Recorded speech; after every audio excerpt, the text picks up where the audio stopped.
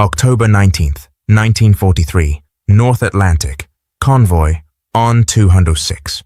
The relentless grey chop of the North Atlantic batters the hull of the elderly destroyer, HMCS St. Croix. Inside the destroyer's darkened operations room, the rhythmic ping of the ASDIC cuts the oppressive silence like a metronome counting down to doom. Below decks, the shuddering vibration of the ship's engines is a constant, grinding thrum, the sound of 50 vessels and their escort desperately trying to outrun the night and the wolves that hunt in it. Lieutenant Commander A.H. Tony Brown, RCN, wipes a thin film of sweat from his brow. He's been on the bridge for 12 straight hours, his eyes red-rimmed and hollow from weeks of constant battle. The intelligence reports are grim. Admiral Donitz's U-boats are now hunting in massive packs, and their numbers seem to multiply with every patrol. "Anything? Sparks?" Brown's voice is a low rasp. The radio operator shakes his head, then gestures to the quartermaster, who stands braced against the chart table. "Silence, sir. Too quiet. Like the sea's holding its breath." Suddenly, the monotonous ping changes.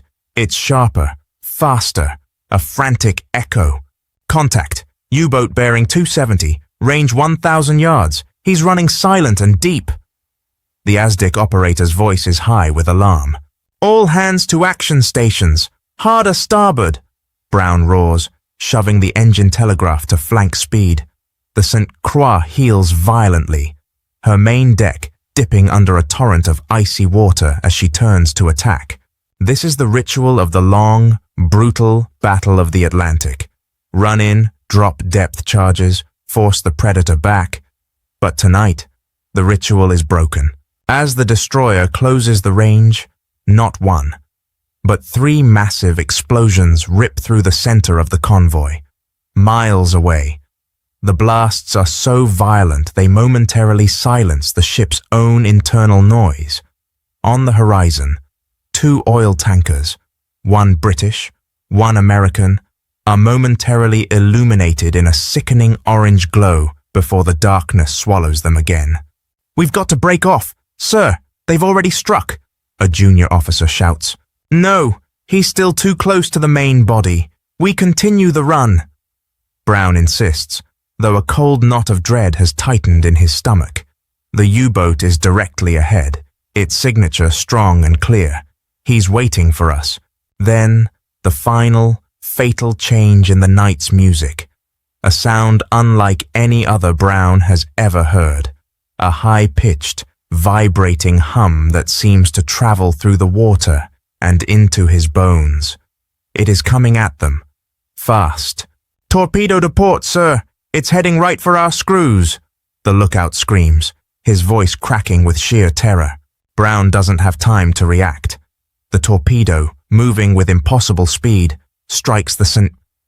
Croix directly under the engine room. A mountain of black water and wreckage explodes skyward. The force of the blast snaps the destroyer's back like a twig, tearing through the plates and silencing her mighty engines forever. Men are thrown across the bridge like rag dolls. The lights die. The air is thick with smoke and the metallic stink of burnt fuel and blood, as icy water pours into the shattered superstructure. Tony Brown realizes, with chilling clarity, that this was no ordinary magnetic or contact torpedo. It didn't run a random course. It found the loudest noise in the area, the sound of their own propellers, and it hunted them down. This was the beginning of the U-boat's terrifying new counterweapon, the G7E T4 Falk and its successor, the G7E's T5 Zaunkönig, or GNAT, the German naval acoustic torpedo, a smart weapon that turned the very thing that drove the escort ships, their powerful engines, into a fatal beacon. The stakes in the Atlantic had just become unimaginably higher. November 1943, Naval Headquarters, Derby House, Liverpool.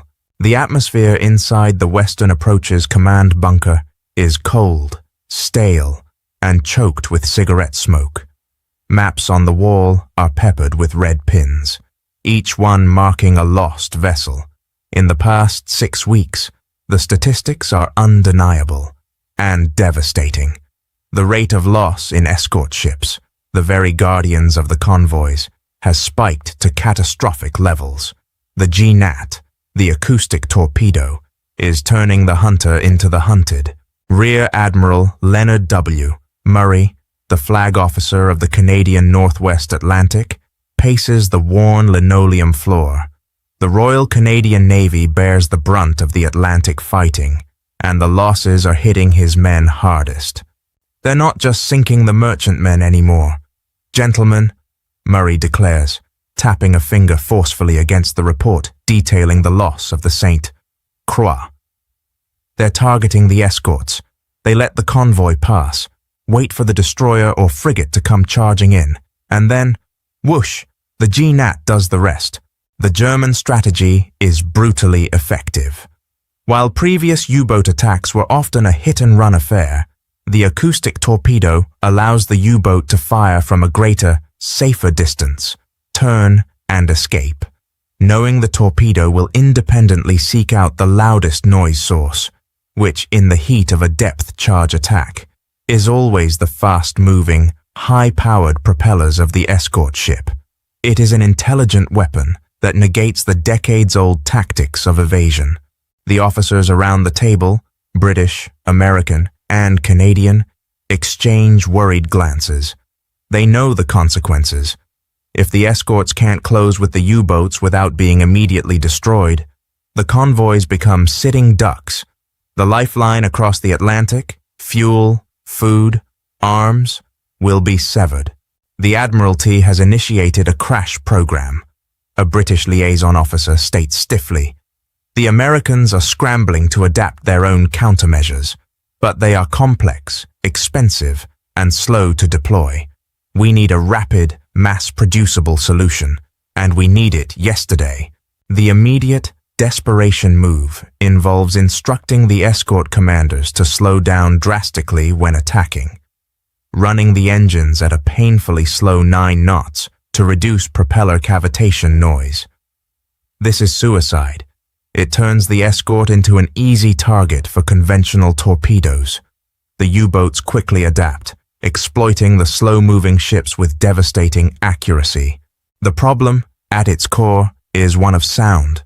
To survive, they need to somehow make the escort ship silent, or, more logically, create a louder sound somewhere else.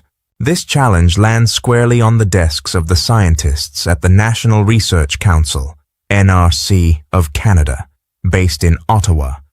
These are not sailors or soldiers, but physicists, engineers, and acoustic specialists, many of whom had been working on radar and radio communications. Their leader in this frantic search is Dr. George Stanley and his dedicated team. The pressure is immense. Every day of delay means another ship lost, another 100 lives swallowed by the cold sea. The complex electronic decoys proposed by the US and Britain, massive, heavy, powered buoys, are months, maybe a year, from mass production. The Atlantic cannot wait. The solution, Stanley argues, must be simple, rugged, cheap, and immediately deployable.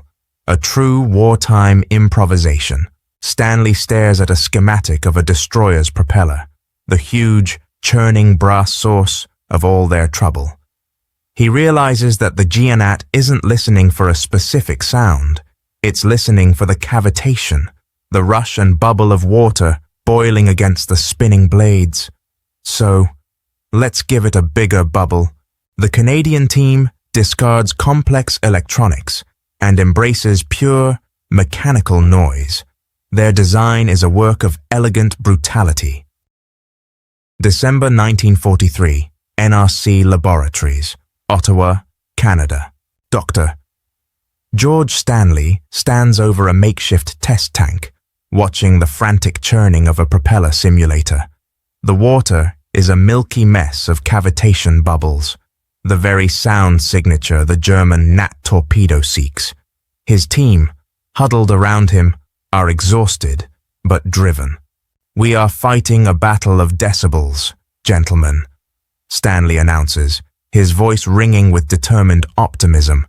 "We need a noise source that is louder and more attractive than a destroyer running at flank speed, but one that is absolutely disposable and takes no specialized power or crew to operate." The solution they arrive at is deceptively, almost ludicrously, simple: a steel rake. The device they build is officially designated the Canadian Anti-Acoustic Torpedo, or CAAT. It is nothing more than a heavy steel frame, about the size of a small car door, fitted with several transverse bars. This crude, skeletal device is attached to a long, robust steel cable and towed hundreds of feet behind the escort vessel. The magic of the CAAT lies in its hydrodynamic design. When towed at speed, crucially speeds of 12 knots or higher, the rough, unstreamlined shape of the steel rake violently disturbs the water. It creates a massive, sustained sheet of aeration and cavitation, a turbulent, roaring fountain of sound that completely drowns out the noise of the towing vessel's own propellers. It's a huge metal paddle, creating the sound of 1,000 angry kitchen whisks, laughs one of the young engineers. Lieutenant, later Dr. Hugh L. Dryden, inspecting the finished prototype. The cost is trivial. The raw materials are plentiful: steel plate, steel cable. It requires no delicate electronics, no complex wiring, and no specialist operators. Any crewman can launch it off the stern of a frigate or destroyer and retrieve it later. It is robust enough to withstand the brutal environment of the North Atlantic. It is, in short, the perfect wartime improvisation. Initial tests, conducted secretly off the coast of Halifax, are immediately and wildly successful. Hydrophones placed miles away confirm that the acoustic signature of the towing vessel, even a powerful river-class frigate running at full tilt, is completely masked by the hellish clamor generated by the cheap steel decoy. The G-Nat, programmed to home in on the loudest sound, will invariably choose the massive noise bubble generated by the CAAT, leaving the escort vessel free to maneuver and attack. A frantic signal is sent across the Atlantic. "The CAAT works!" Production begins immediately, not in specialized naval yards, but in basic steel fabrication plants across Canada, built by welding teams previously working on simple farm equipment. Within weeks, the first units are being strapped onto the decks of every Canadian, and then every British escort vessel in the western approaches. The deployment is rapid, reflecting the sheer panic and desperation caused by the Gadget. It is a low-tech answer to a high-tech threat. The Germans had designed a sophisticated super torpedo, costing thousands of dollars to build and requiring specialist assembly. The Canadians had countered it with a piece of noisy scrap metal, costing less than $50. But would the simple invention arrive in time to make a difference? The U-boats are still hunting, their acoustic torpedoes loaded, and the next convoy is already sailing into the kill zone. January 1944, Mid-Atlantic, Escort Group, C-1 protecting convoy SC-151.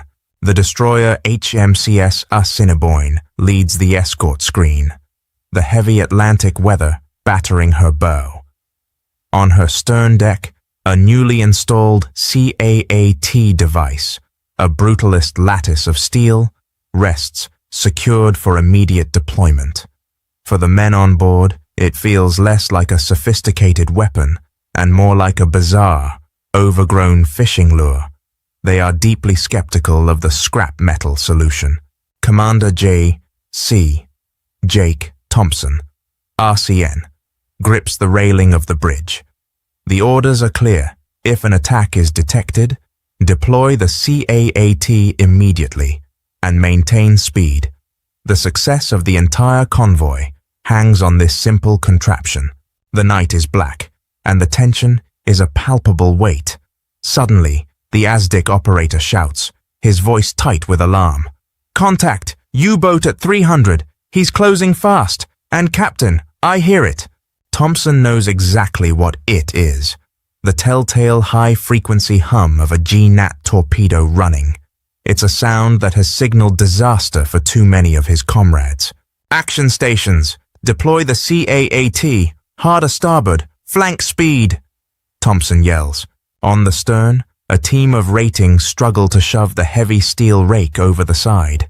With a loud clank and a spray of icy water, the CAAT hits the sea and is dragged hundreds of yards astern by the thick steel cable. As the Assiniboine leaps ahead, the effect is instantaneous and dramatic. The destroyer's wake transforms into a maelstrom. The simple steel frame, cutting through the water at 18 knots, begins to roar. Hydrophones on the destroyer, and more importantly, the U-boat's sensitive acoustic gear miles away, now register a thunderous, overwhelming noise, a calculated racket far louder and more dominant than the Assiniboine's propellers. A few agonizing seconds later, the dreaded hum of the GNAT's engine is replaced by a muffled, distant explosion. The crew holds their breath. Thompson leans forward, straining to hear the report. "Captain, we had a detonation," the ASDIC operator reports, his voice now shaky with relief. "The GNAT ran straight past us and hit the rake. Sir, the explosion was hundreds of yards astern, right where the CAAT was running." A cheer, ragged and heartfelt, ripples across the bridge. It wasn't the U-boat's end, but it was the end of its smart attack. The U-boat had fired its devastatingly expensive acoustic torpedo, and the torpedo had successfully hunted and destroyed a $50 piece of steel. This scenario was repeated countless times over the next few months. The implementation of the CAAT across the Canadian and British fleets had an immediate and measurable impact. Escort captains, initially skeptical, quickly learned the procedure. At the first sound of a GNAT, deploy the CAAT, or Foxer, as the British later called their slightly modified version, crank up the speed, and let the acoustic torpedo chase the noise. The loss rate for escort vessels, which had been spiraling dangerously, plummeted. The GNAT, which had been the U-boat's devastating trump card, was neutralized. The massive investments in the super torpedo by the Kriegsmarine were rendered ineffective by a brilliant, low-cost piece of Canadian ingenuity. The cost savings were staggering. A single destroyer saved was worth millions of dollars and, more critically, represented dozens of highly trained sailors returned to the fight. By turning the GNAT's own acoustic intelligence against itself, the Canadian invention saved not just ships, but the very integrity of the Atlantic lifeline. Spring 1944, U-Boat Command Headquarters, Lorient, occupied France. Grand Admiral Karl Dönitz, Commander-in-Chief of the German Navy, slams his fist onto the war table. His face is a mask of frustration and disbelief. The detailed reports flowing in from the Atlantic are infuriatingly consistent. The much-vaunted GNAT torpedoes, the technologically superior wonder weapons designed to decapitate the escort fleet, were disappearing with alarming regularity, detonating hundreds of meters behind their targets. "Captain Richter, explain this madness," Dönitz demands, his voice a low growl that silences the room. "The Zaunkönig is perfect. It homes on the loudest noise. How is a frigate running at 15 knots suddenly less noisy than its own wake?" Richter, the U-boat staff analyst, visibly swallows. "Admiral, the reports are identical. We fire the T-5. It runs true. Its acoustic sensors register the escort's propeller noise, but then, at the last moment, the signature jumps astern. The torpedo turns, finds a massive new source of noise, and explodes harmlessly. He gestures to a drawing sketched by a captured crewman, a crude outline of a towing spar. We believe the enemy has deployed a simple, towed noisemaker, a decoy. They are trading an acoustic torpedo for a piece of cheap steel. The sheer audacity of the solution is galling to the Kriegsmarine. They had invested immense resources in perfecting the complexity of the GNAT's magnetic and acoustic pistols, the precision of its guidance system, and the sheer speed of the weapon. The Allied countermeasure was a simple, non-powered, mechanical device, easily fabricated in any small factory. It was a humiliating blow to German technological pride. The effect was immediate and crippling to the U-boat strategy. The GNAT, once deployed, could not distinguish between the noisy steel CAAT and the actual propeller. The escort ships, now protected, regained their tactical aggression. They could run at flank speed, deploy the CAAT, and close the range with the U-boat, forcing the underwater predator to dive deeper or flee, all while its superweapon chased a decoy. The quantitative results of the CAAT's deployment are staggering. From the peak crisis, months of late 1943, where escort losses threatened the very fabric of the convoy system, the adoption of the CAAT, or Foxer, saw an immediate, drastic reduction in successful GNAT attacks.